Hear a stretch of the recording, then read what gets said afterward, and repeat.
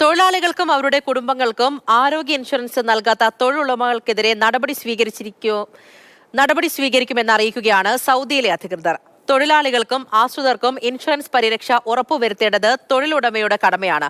നിയമം പാലിക്കാത്ത തൊഴിൽ ഉടമകൾക്ക് പിഴ ചുമത്തുമെന്നും പുതിയ തൊഴിലാളികളെ നിയമിക്കുന്നതിന് വിലക്കേർപ്പെടുത്തുമെന്നും അറിയിപ്പുണ്ട്.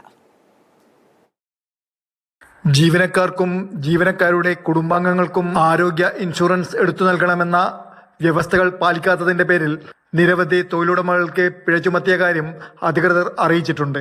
ആരോഗ്യ ഇൻഷുറൻസ് കൗൺസിൽ നിരവധി തവണ മുന്നറിയിപ്പ് നൽകിയിട്ടും ചെവികൊള്ളാത്ത പശ്ചാത്തലത്തിലാണ് പിഴ നടപടികൾ സ്വീകരിച്ചത്. പിഴയോടൊപ്പം ഇൻഷുറൻസ് കുടിശ്ശിക തുക നിർബന്ധമായും അടക്കണമെന്നും ആവശ്യപ്പെട്ടിട്ടുണ്ട്.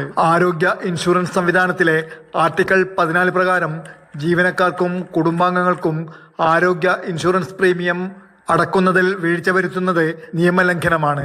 ഇത്തരം നിയമലംഘനം ഉണ്ടായാൽ വാർഷിക ഇൻഷുറൻസ് തുകയ്ക്ക് തുല്യമായ തുക ഓരോ തൊഴിലാളിയുടെയും എണ്ണം അനുസരിച്ച് പിഴയായി അടക്കണം. അതോടൊപ്പം അർഹമായ പ്രീമിയം അടച്ച് ഇൻഷുറൻസ് എടുത്തു നൽകുകയും വേണം.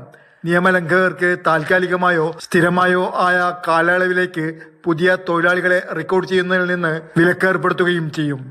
Jafar Ali Palakkode, Mathrubhumi news, Jeddah.